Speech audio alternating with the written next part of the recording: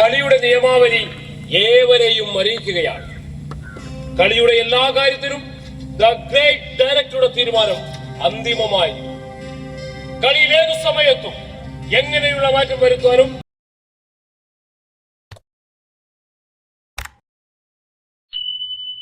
അദ്ദേഹത്തിന്റെ തീരുമാനത്തെ ചോദ്യം ചെയ്യുവാൻ പാടുള്ളതല്ല. മത്സരാർത്ഥികൾക്ക് കളിയിൽ നിശ്ചിത സമയത്ത് പൂർണ്ണ സ്വാതന്ത്ര്യം അനുവദിച്ചു തന്നിട്ടുണ്ട്. മത്സരാർത്ഥികളുടെ പ്രകടനത്തിനു ശേഷം പ്രേക്ഷകരുടെ വോട്ടിങ്ങിലൂടെ ആയിരിക്കും അന്തിമമായ തിരഞ്ഞെടുപ്പ്. പ്രേക്ഷകർ ആർക്കും വോട്ടുകൾ നൽകിയിട്ടില്ലെങ്കിൽ ആ വോട്ടുകളെല്ലാം ദ ഗ്രേറ്റ് ഡയറക്ടർക്കായിരിക്കും ലഭിക്കുക. തീർത്തും സുതാര്യവും ജനാധിപത്യപരമായ രീതിയിലായിരിക്കും തെരഞ്ഞെടുപ്പ് നടത്തുക. ഇതേ സമയം രാജ്യത്തെ 140 കോടി ജനങ്ങളും ഇതിൽ പങ്കാളികളാവുന്നുണ്ട്. തെരഞ്ഞെടുക്കപ്പെടുന്നവർക്ക് അവസരങ്ങളുടെ പെരുമഴയാണ് അടുത്ത 5 വർഷത്തേക്ക് ലഭിക്കുന്നത്. മത്സരത്തിന്റെ നിയമാവലി എല്ലാവർക്കും ബോധ്യമായി എന്ന് കരുതുന്നു. അപ്പോൾ ആരംഭിക്കാം. Self introduction. മത്സരാർത്ഥിയെ അറിയുക. Know your participants. अपने प्रतिभागियों की जाने. आरंभिക്കാം. Self introduction.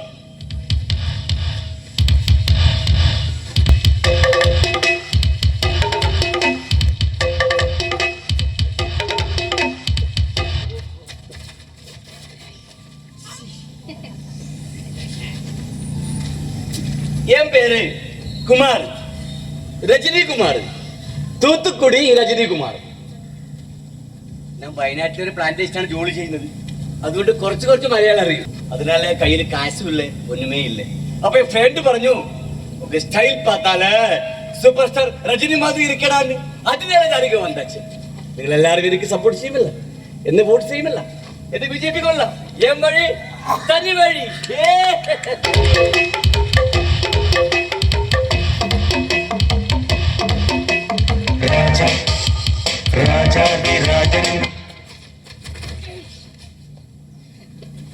പ്രിയപ്പെട്ടവരെ, എൻ്റെ പേര് ബിന്ദു. ഞാനൊരു തൊഴിലാളിയാണ് കേട്ടോ. എൻ്റെ അച്ഛൻ ഒരു ഫാക്ടറിയിൽ തൊഴിൽ ചെയ്തോണ്ടിരുന്ന ആളായിരുന്നു. എന്തൊക്കെ തൊഴിൽ ചെയ്താലും അഭിനയമോഹം അങ്ങനെ വിട്ടുകളയാൻ പറ്റുമോ ചേച്ചി? ഇല്ലല്ല, ഒരിക്കലും പറ്റൂല. അതിനാ ഞാൻ ഈ വേദിയിൽ വന്നത്. നിങ്ങളെല്ലാവരും എന്നെ വോട്ട് ചെയ്ത് വിജയിപ്പിക്കണം, എന്നെ സപ്പോർട്ട് ചെയ്യണം. നന്ദി.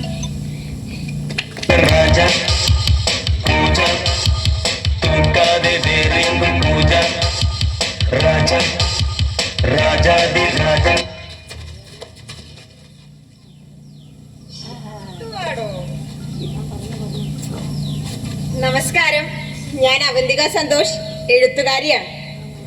സാധാരണക്കാരുടെയും പാർശ്വവൽക്കരിക്കപ്പെട്ടവരുടെയും പക്ഷം ചേർന്നായിരുന്നു എന്റെ എഴുത്ത്. മാനവികതയുടെയും മതേതരത്വത്തിന്റെയും കൂടെയായിരുന്നു എന്റെ എഴുത്ത്. സ്വാഭാവികമായും അത് ചിലരെ അസ്വസ്ഥരാക്കി. എന്നെയും എന്റെ പുസ്തകങ്ങളെയും അവർ ശത്രുപക്ഷത്ത് നിർത്താൻ തുടങ്ങി. ശാരീരികമായും മാനസികമായും എന്നെ ഭീഷണിപ്പെടുത്തി. പിന്നെ സോഷ്യൽ മീഡിയയിലെ ഒടുക്കത്തെ സൈബർ ലിഞ്ചിങ്.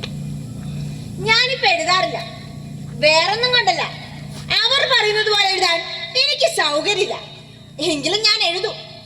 എനിക്ക് പറയാനുള്ളത് ഞാൻ നേരിട്ട് ജനങ്ങളിലേക്ക് എത്തിക്കുക തന്നെ ചെയ്യും. അതിനു വേണ്ടിട്ടാ ഞാൻ ഈ പ്ലാറ്റ്ഫോമിൽ വന്നേ. അപ്പോ നിങ്ങൾ എല്ലാവരും എന്നെ വോട്ട് ചെയ്ത് സപ്പോർട്ട് ചെയ്ത് വിജയിപ്പിക്കണം. നന്ദി.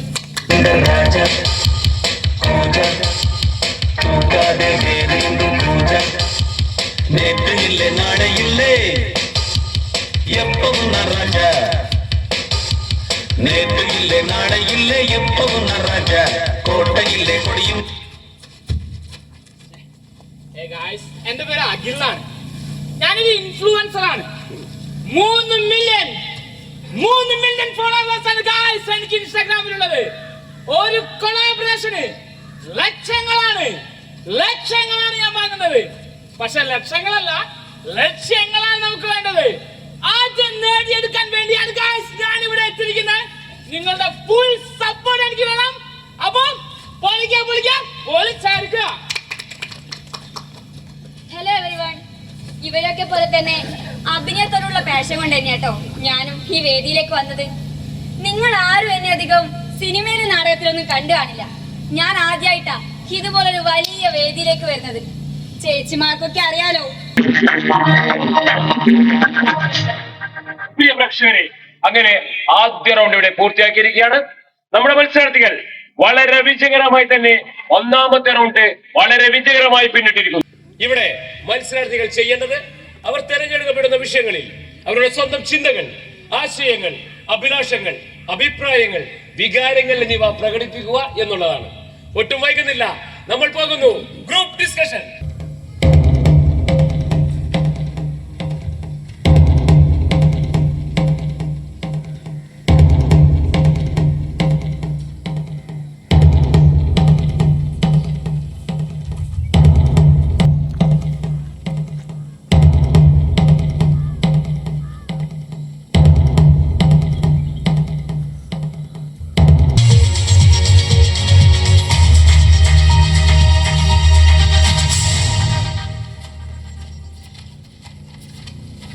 ഭാരതീയ നാരീ സങ്കല്പം മനുഷ്യരാശിയുടെ നിലനിൽപ്പിൻ്റെ എല്ലാ തലങ്ങളിലും സ്ത്രീത്വം ജഗത് സ്വരൂപിയുടെ സർഗസാക്ഷാത്കാരമായാണ് ഭാരത സംസ്കൃതി നിർവചിച്ചിരിക്കുന്നത്. എത്ര നാര്യസ്തു പൂജ്യന്തേ രമന്തേ തത്ര ദേവത. അതുകൊണ്ട് തന്നെ കുലസ്ത്രീ സാമൂഹിക ആചാരങ്ങളിലും ലോകകാര്യങ്ങളിലും ആത്മീയ കുടുംബാന്തരീക്ഷങ്ങളിലും ഒരുപോലെ വിളങ്ങുന്നവളായിരിക്കണം. അതാണ് ഭാരതീയ നാരീ സങ്കല്പം. എത്ര ഉദാത്തവും മനോഹരവുമായ സ്ത്രീ സങ്കല്പം. ചർച്ച തുടരട്ടെ. ഭർത്താവിന്റെ ചിതയിലേക്ക് ഭാര്യ ജീവനോട് ഇറങ്ങി കത്തിച്ചതാണോ? ചിതയിൽ നിന്നും കുതിരച്ചാടിയ രൂപ് കൺവാറിനെ വീണ്ടും ചിതയിലേക്ക് തള്ളിയിട്ടതാണോ? പക്ഷേ ഇന്നത്തെ കാലത്തെല്ലാം മാറിയില്ലേ? എല്ലാവരും ഓക്കെ അല്ലേ? കൂളല്ലേ? ചില്ലല്ലേ? ഗായ്സ്, കാലങ്ങളായി അടിച്ചമർത്തപ്പെടുകയും ചൂഷണം ചെയ്യപ്പെടുകയും ചെയ്യുന്നവരല്ലേ സ്ത്രീകൾ? നിരവധി അനാചാരങ്ങളും അസമത്വങ്ങളും നേരിട്ടുകൊണ്ട് തന്നെയാ ഓരോ സ്ത്രീയും മുന്നോട്ട് വന്നിട്ടുള്ളത്. തുല്യത അതൊരു മനുഷ്യാവകാശത്തിന്റെ പ്രശ്നം, സാമൂഹിക നീതിയുടെ പ്രശ്നം. നമുക്ക് ഇതുവരെ ഇത് എവിടെയെങ്കിലും സ്ഥാപിച്ചെടുക്കാൻ സാധിച്ചിട്ടുണ്ടോ? யாரு சொன்னாங்க? നിങ്ങൾക്ക് രണ്ട് സ്വാതന്ത്ര്യവും സംരക്ഷണവും നമ്മൾ കൊടുക്കുന്നുണ്ട്. നിങ്ങൾ ആരാ ഇതൊക്കെ കൊടുക്കാൻ? ഇതൊക്കെ ഞങ്ങളുടെ ബേസിക് ഹ്യൂമൻ റൈറ്റ്സ് ആണ്, അല്ലാണ്ട് നിങ്ങൾ കനിഞ്ഞു തരേണ്ടതല്ല. ഹ്യൂമൻ റൈറ്റ്സ് മണ്ണാങ്കട്ടി നിങ്ങൾക്കെല്ലാമേ ഉണ്ട്, നമ്മൾക്കൊന്നുമേ ഇല്ലേ. എല്ലായിടത്തും റിസർവേഷൻ കൊടുക്കുക. ஆனால் ഒരു പ്രശ്നം വന്ന അതിൽ തീരുമാനമെടുക്കാൻ നമ്മൾ ആരെങ്കിലും തന്നെ വേണം.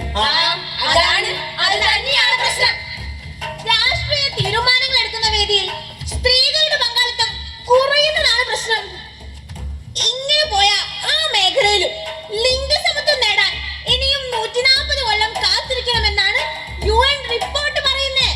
ലോകസഭയിലെ കണക്കുകൾ തന്നെ എടുത്തു നോക്ക്. 543 പേരില് 78 പേരാണ് സ്ത്രീകള്. വെറും 14% മാത്രം. കേരള നിയമസഭയിലോ 140 പേരിൽ 12 പേർ. ഇങ്ങനെയൊക്കെയാണോ കണക്കുകൾ വേണ്ടത്? ഇതൊക്കെ എഴുതിയതിന്റെ പേരിലല്ലേ സോഷ്യൽ മീഡിയയില് എന്നെ എല്ലാരും ചേർന്ന് ഇല്ലാതാക്കിയ. തെരഞ്ഞെടുക്കപ്പെടുന്ന അധികാര കേന്ദ്രങ്ങളില് സ്ത്രീകളുടെ നേതൃത്വം നിർബന്ധമായും വേണമെന്ന എന്റെ അഭിപ്രായം. സ്ത്രീ പുരുഷൻ എന്നതിലുപരി എല്ലാ ജെൻഡർ ഐഡന്റിറ്റികളെയും, അതായത് transgender, non binary, gender fluid, intersex തുടങ്ങിയ എല്ലാവരെയും പരിഗണിച്ചുകൊണ്ടുള്ള ഒരു മാറ്റമല്ലേ ഉണ്ടാകേണ്ടത്? പ്രശ്നം വ്യത്യസ്തമാണ്. മാന്യമായി തൊഴിലെടുത്ത് ജീവിക്കാനുള്ള ഒരു അവസരം കിട്ടുന്നില്ല, അതാണ് അതിൽ പ്രധാനം. ആ പ്രശ്നം കൂടെ പരിഹരിക്കുമ്പോഴേ ലിംഗതുല്യത പൂർണ്ണതയിലെത്തൂ. തൊഴിൽ കിടച്ച പ്രശ്നം തീരുമാ. അന്ത സിനിമയിൽ അടിക്കുന്ന നടികൾ എങ്ങനെ അക്രമം അനീതി അനുഭവിക്കുന്നെന്ന് அந்த ഹേമ കമ്മീഷൻ റിപ്പോർട്ട് നമ്മൾ பார்த்ததில்ல. അത് മാത്രമോ, ഇങ്ങൊരു നടി നീതി തേടി കോടതി കയറി ഇറങ്ങി നടക്കാൻ തുടങ്ങിയിട്ട് കാലം എത്രയായി? അതിപ്പോ എന്ത് പ്രശ്നം വന്നാലും, യുദ്ധമായാലും വർഗീയ കലാപമായാലും പ്രകൃതി ദുരന്തങ്ങളാണെങ്കിൽ മണിപ്പൂരിൽ മാത്രം ഹത്രസിലോ ബിൽക്കിസ് ബാഗിന്റെ ചരിത്രമൊക്കെ നമുക്ക് മറക്കാൻ പറ്റോ? ഇതൊക്കെ എങ്ങനെ ന്യായീകരിക്കാനാണ്? എന്നിട്ടും ഭാരത സ്ത്രീ അങ്ങ് ഔന്നത്യത്തിലാണെന്നാണ് പറയുന്നത്. എന്താ അതിക്രമങ്ങൾ, അടിച്ചമർത്തലുകൾ, വിവേചനം അവയെല്ലാം ഇവിടെ നിലനിർത്തപ്പെടുകയാണ്, തുടർന്ന് പോരുകയാണ് ഇവിടെ. സമൂഹത്തിലെ പ്രത്യയശാസ്ത്രങ്ങളിൽ പലതും അതിനെ സപ്പോർട്ട് ചെയ്യാണ്. എന്തിനു പറയണം, ഭരണകൂടങ്ങൾ പോലും. ലിംഗനീതി, ലിംഗ തുല്യത എന്നിവ സമൂഹത്തിന്റെ പൊതുബോധമാക്കാനുള്ള കടമ ഭരണകൂടത്തിന്റെ അല്ലേ? ഭരണകൂടം മുന്നിൽ നിന്ന് വഴി കാട്ടണം. ആധുനിക കാലഘട്ടത്തിന്റെ ഭരണകൂടം അങ്ങനെ ആയിരിക്കണം. ഭരണകൂടം കാലത്തിനനുസരിച്ച് വളരണം. ഭരണകൂടം അതിന്റെ ഉത്തരവാദിത്വം നിറവേറ്റണം. ഭരണകൂടം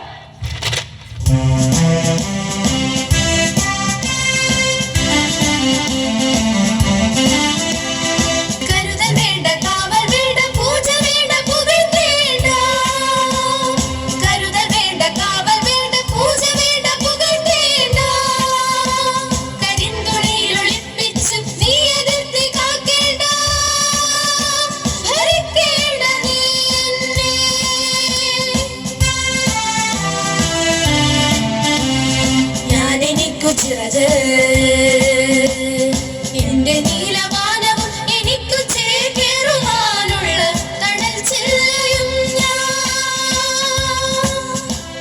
നിന്നിൽ നിന്നെടുത്തു നീ തരേണ്ടതില്ല എനിക്ക്. ഞാൻ ശ്വസിച്ചു നിശ്വസിക്കും എന്റെ പ്രാണവായു സ്വാതന്ത്ര്യം. ഞാൻ ശ്വസിച്ചു നിശ്വസിക്കും എന്റെ പ്രാണവായു സ്വാതന്ത്ര്യം.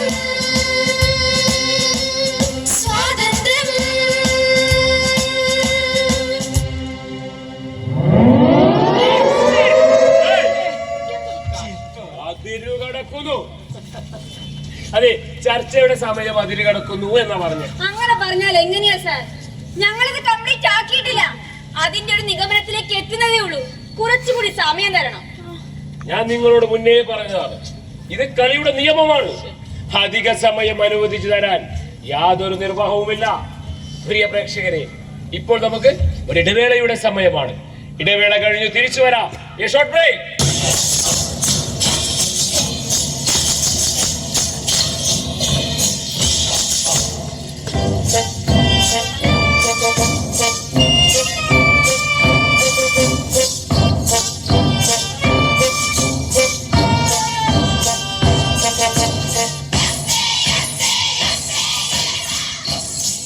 പ്രപഞ്ചത്തിലെ ആദ്യ അവയവമാറ്റ ശസ്ത്രക്രിയ നടന്നത് പൗരാണിക ഭാരതത്തിൽ.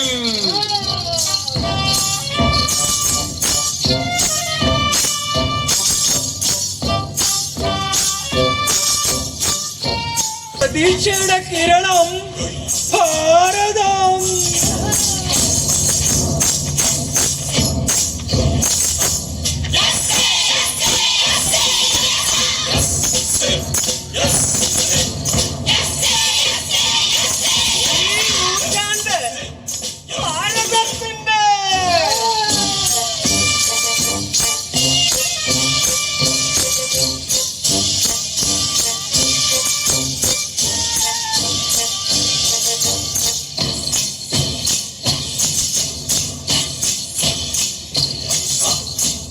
ഭാരതം ലോകത്തിന്റെ യുവശക്തി.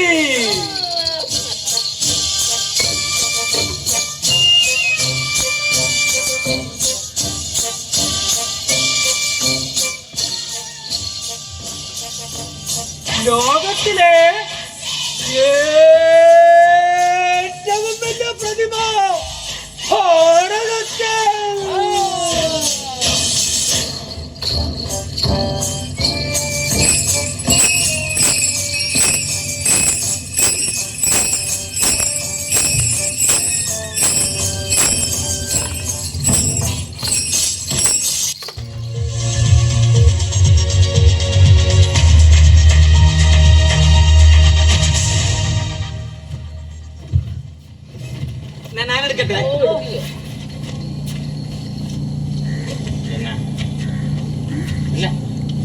ഇത് മലയാളം നീ കേട്ടോ. അപ്പൊ മലയാളം കുറച്ച് അറിയാന്ന് പറഞ്ഞിട്ട് വായിക്കാൻ അറിയില്ല.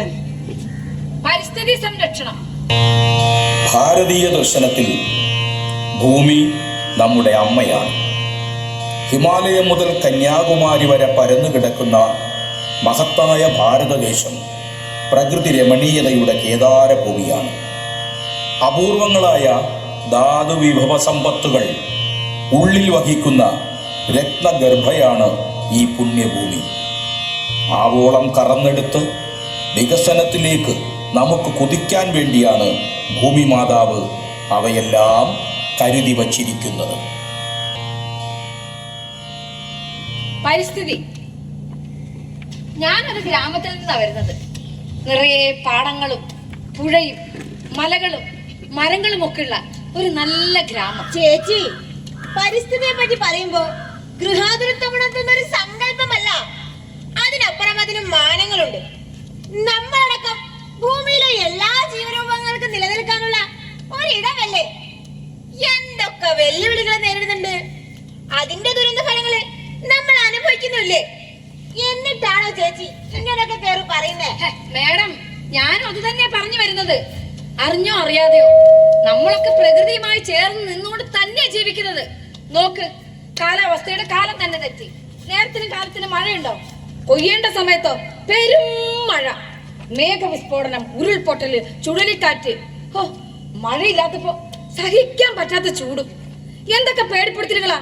Yellow, orange, red. അത്യാഗ്രഹം കൊണ്ട് നമ്മൾ എന്തൊക്കെ ഈ കാറ്റ് കൂട്ടുന്നത്. വികസനത്തിന്റെ പേരിൽ എന്തു ആകാത്രേ. അത് നിങ്ങൾ പറഞ്ഞത് കറക്റ്റ്. ഞാൻ ജോലി ചെയ്യുന്ന വയനാട്ടിൽ കണ്ടില്ലേ, ചുരൽമല, മുണ്ടക്കൈ എന്ന ഏക ഊരില് എല്ലാം ഇങ്ങനെ തന്നെ. ഒരു പരിസ്ഥിതിയുള്ള, ഒരു സ്ഥിതിയുള്ള, ഒരു ഗതിയുള്ള. നിങ്ങൾ കേവലം ഒരു പരിസ്ഥിതിവാദി ആവല്ലേ. വികസനമില്ലാതെ ഇന്നത്തെ കാലത്ത് ജീവിക്കുന്നത് സാധ്യമല്ല. അതൊരു വസ്തുതയാണ്. വികസന ആവശ്യങ്ങളാണെങ്കിൽ നാൾക്കുനാൾ വർദ്ധിച്ചു വരികയല്ലേ. ആദിത്യ, ഞാൻ വികസനം വേണ്ട എന്നല്ല പറഞ്ഞത്. അത് ഇന്നത്തെ തലമുറയ്ക്ക് വേണ്ടി മാത്രമാകരുത്. ദീർഘവീക്ഷണം വേണം. ഇനി വരുന്ന ഒരു തലമുറയെ കൂടി മുന്നിൽ കണ്ടുകൊണ്ട് വേണം വികസനം ആസൂത്രണം ചെയ്യാൻ. അതിന് പരിസ്ഥിതിയുടെ സുസ്ഥിരത വളരെ അത്യാവശ്യമാണ്. ഞാനൊക്കെ കൺഫ്യൂഷനിലാണ്. നമുക്ക് പരിസ്ഥിതി വേണം, വികസനം വേണം, പക്ഷേ നമ്മൾ ഇതിനെ എങ്ങനെ കണക്ട് ചെയ്യും? അതിലെന്താ ഇത്ര കൺഫ്യൂഷൻ? നേരത്തെ പറഞ്ഞതുപോലെ തന്നെ വരും തലമുറയെ കൂടി പരിഗണിച്ചുകൊണ്ടായിരിക്കണം വികസനം. എന്നാലല്ലേ അത് സുസ്ഥിരമാവൂ. അതെ, നമുക്ക് വേണ്ടതെല്ലാം ഈ ഭൂമി തന്നെ ഉണ്ടല്ലോ. എന്നാ ഒരാളുടെ ആർത്തി പൂർത്തീകരിക്കാനൊന്നും ഈ ഭൂമിക്ക് സാധിക്കില്ല. വികസനത്തിന്റെ രീതിയും വേഗതയും ഇന്നത്തേതുപോലെ തുടർന്ന നമ്മുടെ ആവശ്യങ്ങൾ നിറവേറ്റാൻ എത്ര എത്ര ഭൂഗോളങ്ങൾ നമ്മൾ കൊള്ളയടിക്കണം. ഞാനൊരു എക്സാമ്പിൾ சொல்லட்டுமா? அந்த அதானி அம்பானி பெரிய പണക്കാരല്ല, ഞാനൊരു പാവപ്പെട്ടവൻ. ആനാ നമ്മൾ രണ്ടാളും ശ്വസിക്കുന്ന ശ്വാസത്തിന്റെ അളവ് ഒരുപോലല്ലയാ, അല്ലയാ? അവർ പെരിയ പണക്കാരാന്ന് വെച്ചിട്ട് പണമുണ്ടാക്കുന്ന അതേ ആർത്തിയോടെ ശ്വാസം വലിച്ചെടുക്കാൻ പറ്റുക? അങ്ങനെ ചെയ്ത അവര് സത്തു പോകില്ലേ? ഈ മുതലാളിമാർക്ക് സമ്പത്ത് ഉണ്ടാക്കുന്നതിന് മാത്രമാണ് ലക്ഷ്യം. പരിസ്ഥിതി ഒന്നും അവരുടെ മുമ്പിൽ ഒന്നും അല്ല. അല്ലെങ്കിലും കോർപ്പറേറ്റുകൾക്ക് മറ്റു മനുഷ്യരുടെ ജീവിതം ഒരു പ്രശ്നമാണോ? എവിടെ? മൂലധന വർധന മാത്രല്ലേ അവരുടെ ഒക്കെ ലക്ഷ്യം. ഓ ഗായ്സ്, കിട്ടി ഗായ്സ്, കിട്ടി ഡാറ്റ കിട്ടി ഗായ്സ്.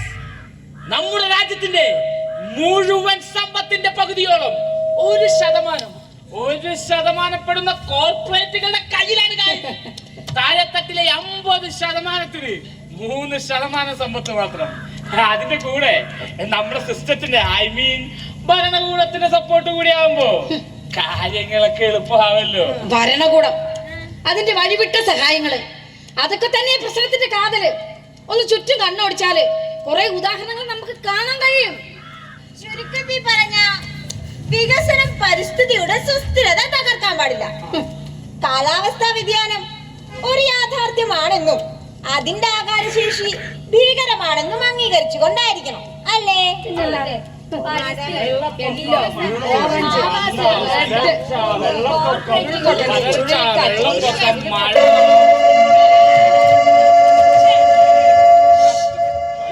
സമയം അവസാനിച്ചിരിക്കുകയാണ്. അതെങ്ങനെയാ സാറേ? നേരത്തെ ഇതിലും സമയം കിട്ടിയതാണല്ലോ ഞങ്ങൾക്ക് ചർച്ച ചെയ്യാൻ. നമ്മൾ ഇത് കംപ്ലീറ്റ് ചെയ്തിട്ടില്ല സർ. നിങ്ങളോട് ഞാൻ മുന്നേ പറഞ്ഞതാണ്, ഇത് കളിയുടെ നിയമമാണ്. അധിക സമയം അനുവദിച്ചു തരാൻ യാതൊരു നിർവാഹവുമില്ല. പ്രിയ പ്രേക്ഷകരെ, ഇപ്പോൾ നമുക്ക് ഒരു ഇടവേളയുടെ സമയമാണ്. ഇടവേള കഴിഞ്ഞ് തിരിച്ചു വരാം. Short break.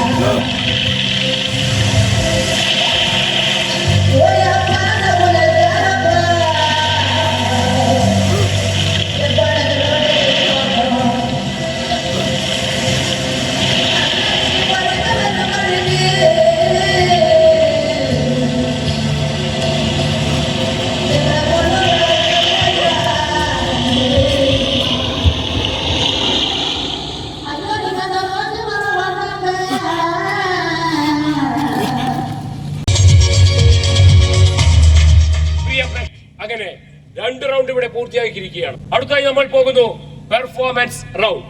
ഇവിടെ മത്സരാർത്ഥികൾ ചെയ്യേണ്ടത് കഴിഞ്ഞ റൗണ്ടിൽ ചർച്ച ചെയ്ത വിഷയത്തെ ആസ്പദമാക്കിക്കൊണ്ടുള്ള സ്വയം രൂപപ്പെടുത്തുന്ന സ്കിറ്റുകൾ, പാട്ടുകൾ എന്നിവയാണ്.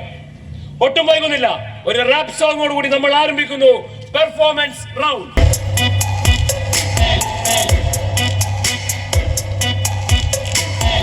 അധികാരത്തിൽ മത്തു പിടിച്ചവർ അധികാരികളായി വാഴുന്നു. ജാതി മതാന്തത മതിൽ പണിയുന്നു, ജനതീരുളിൽ താഴുന്നു. ഇരുണ്ട കാലം ഇക്കാലം, ഓർമ്മകൾ കൊള്ളും തീക്കാലം. ജനാധിപത്യം തീർക്കും നാടിൻ നന്മകളൊന്നായി പിഴുതറിയാൻ മതനിരപേക്ഷ വിഹായസുകളിൽ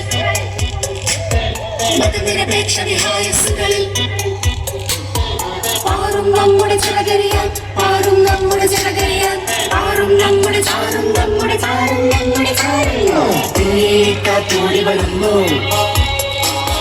തീക്കാറ്റോടി വരുന്നു, തീക്കാറ്റോടി വരുന്നു, തീക്കാറ്റോടി വരുന്നു.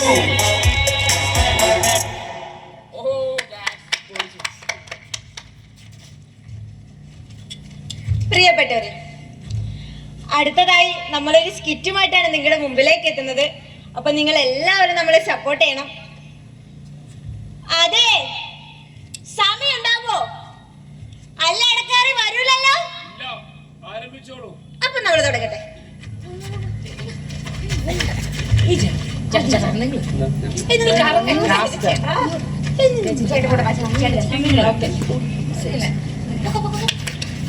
മനുഷ്യനും മതങ്ങളും ദൈവങ്ങളും കൂടി മണ്ണു പങ്കുവച്ചു.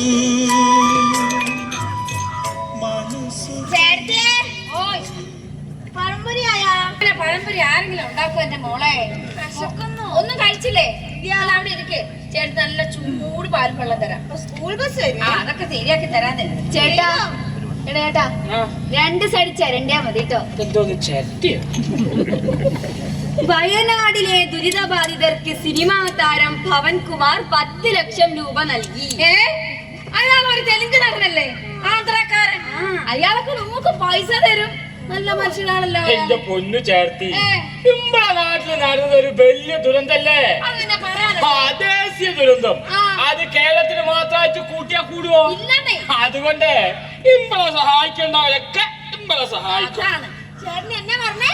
ദേശീയ ദുരന്തം ചേട്ടാ അത് ദേശീയ ദുരന്തം അല്ല. അല്ലേ? അല്ല, പിന്നെന്താ? അതിതീവ്ര ദുരന്തം എന്നാ പ്രഖ്യാപിച്ചേ. അതിന് നമ്മൾ എന്തോരം പണിയെടുത്ത് പാർലമെന്റിൽ കയറി, കോടതി വരെ നമ്മൾ കയറി ഇറങ്ങിയില്ലേ? ഇല്ലേ? ഓ, ഒരുപാട് പണിയെടുക്കേണ്ടി വരും. അതിനാ അല്ല ഇതിനെ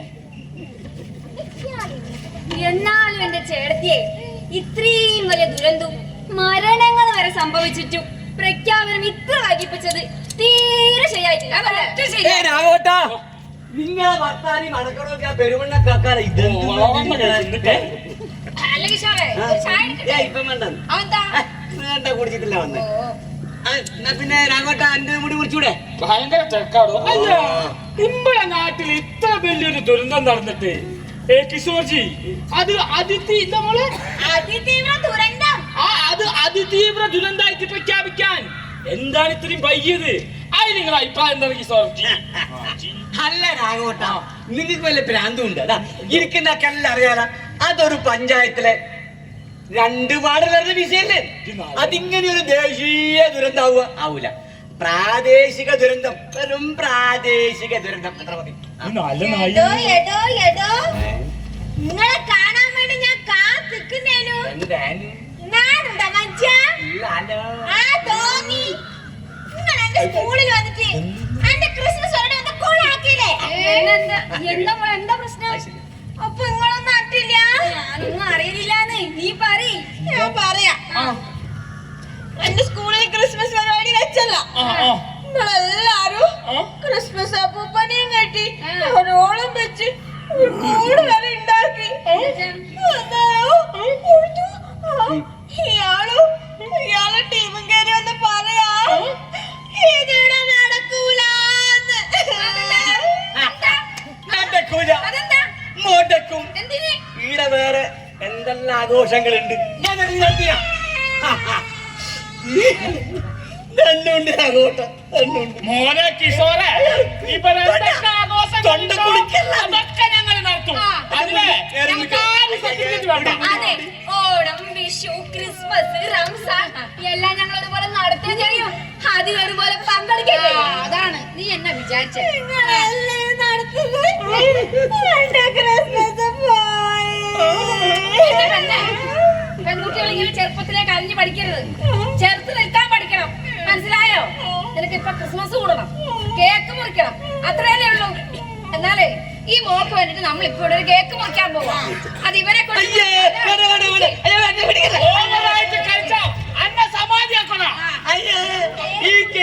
ഈ കേക്ക് ഞാനിവിടെ മുറിച്ചാൽ അന്നെ അവര് പുറത്താക്കും. എന്റെ ഭാവി പോവും, എന്റെ ജീവിതം പോവും. അയ്യാർക്ക് ഇപ്പം വീട്ടിൽ പോണോ? നിങ്ങൾ അഹങ്കാരം ഈ കവലയിലേ നടക്കുള്ളൂ. ധൈര്യം ഉണ്ടെങ്കിൽ ആ നോർത്ത് കവലയിലേക്കോ.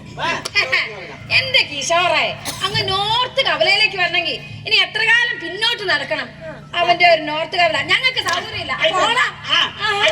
നിങ്ങൾ ഈ പരിഹാസം കേട്ട് ഞാനത് ഇവിടെ നിൽക്കുന്നില്ല. ഞാനൊരു നോർത്ത് കവലിലേക്ക് പോയത്. നിങ്ങൾ ഇവിടെ ജീവിച്ച് നരകിച്ച് നിങ്ങളെ പണ്ടായ ഒന്ന് പോടാ. അവന്റെ ഒരു നോർത്ത് കവല. ഇവനെ തന്നെ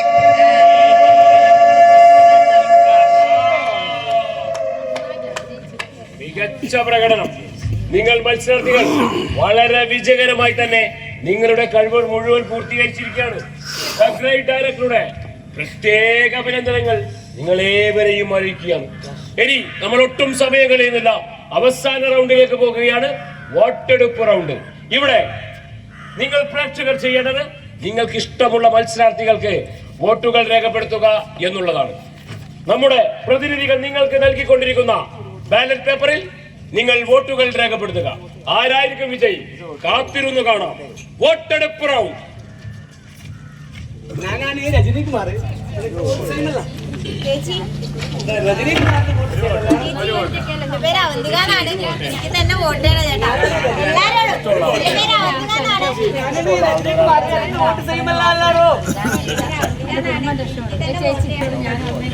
ചേച്ചി ഒരു നോക്കൂ, ഞാനാണ് രജനീകുമാർ. എനക്ക് വോട്ട് ചെയ്യുമല്ലോ.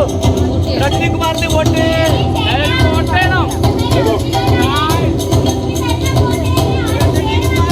Time out.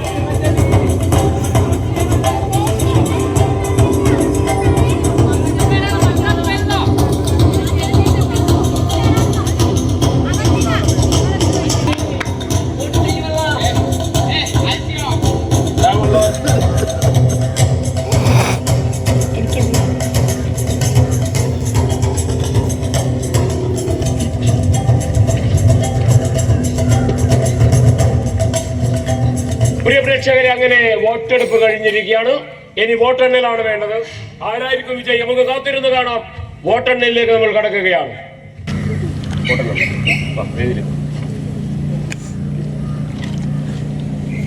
തീർച്ചയായുമാണ് ഇവിടെ വോട്ടെണ്ണാൻ എത്തിച്ചേർന്നിരിക്കുന്നത്. അപ്പൊ നമുക്ക് വോട്ടെണ്ണൽ ആരംഭിക്കാം. സർ, വേണ്ടത് ബാലറ്റ് ഓപ്പൺ ചെയ്ത് ആദ്യ ബാലറ്റ് പേപ്പർ എടുത്ത് ആരുടെ പേരാണ്, ഏത് മത്സരാർത്ഥികളുടെ പേരാണെന്ന് ഉറക്കെ വിളിച്ചു പറയും. ഓക്കെ, അപ്പോൾ നമ്മൾ വോട്ട് രേഖപ്പെടുത്തും ഓരോന്നായിട്ട്. തുടങ്ങി, ഓപ്പൺ ചെയ്തു.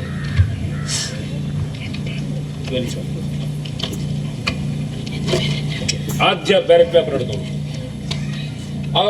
ആരുടെ പേരാണെന്ന് ഉറക്കെ വിളിച്ചു പറഞ്ഞോളൂ. ഉറക്കെ വിളിച്ചു പറഞ്ഞോളൂ. അതിന്റെ പേര് ഒന്ന് വിളിച്ചു പറഞ്ഞാൽ മതി. അത് കാണിച്ചു തരും. കള്ളവോട്ട് പാടില്ല. ഇതിലുള്ള പേരേ പറയാൻ പറ്റുള്ളൂ. പേരില്ല.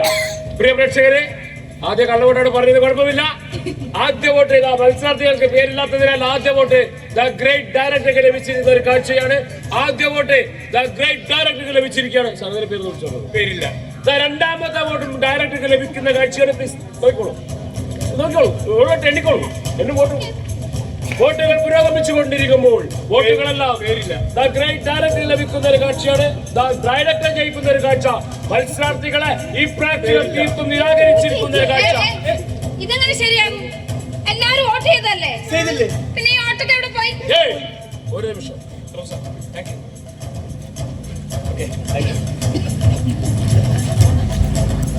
അതെ, ഇത് തീർത്തും സുതാര്യവും ജനാധിപത്യപരമായി നടന്ന ഒരു തെരഞ്ഞെടുപ്പാണ്.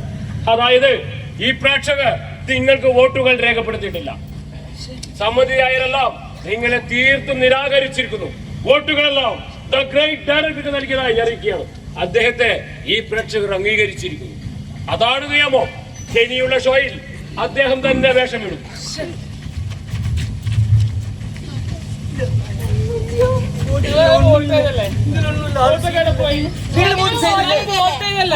ഇതിന് പേരില്ല.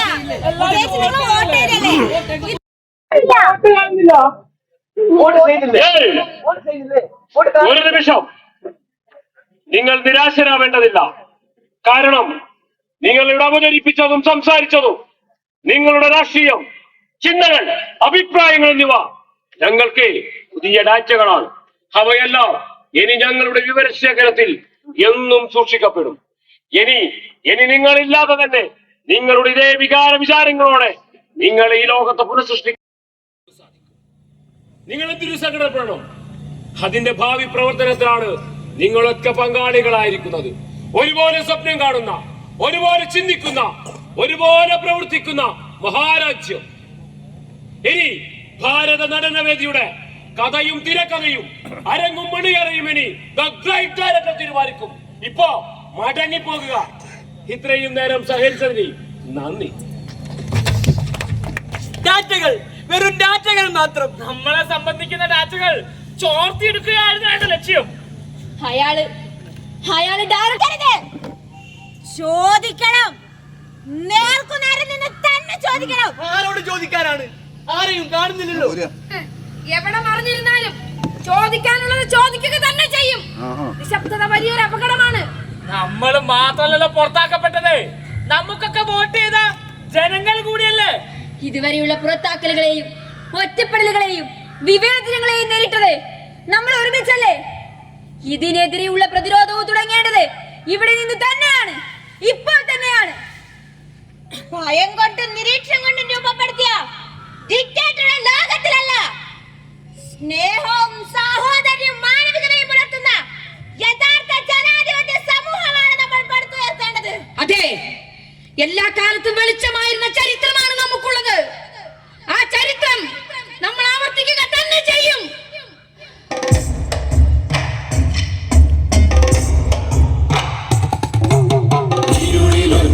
താരകം പോൽ പൊരുതി നിന്നൊരു കേരളം, ഇതൾ വിടർത്തിയ നന്മയിൽ നവലോക ചിന്ത വളർന്നിടം. കാലനീതി മനുഷ്യമോചന സ്വപ്നവും എന്തുകൊണ്ടെന്നുള്ള ചോദ്യം ചുറ്റുരാകിയ മൂർച്ചയും വിശ്വാസം പുതച്ചു തുറന്നെടുത്തു നശിക്കയോ വിശ്വാസം പുതച്ചു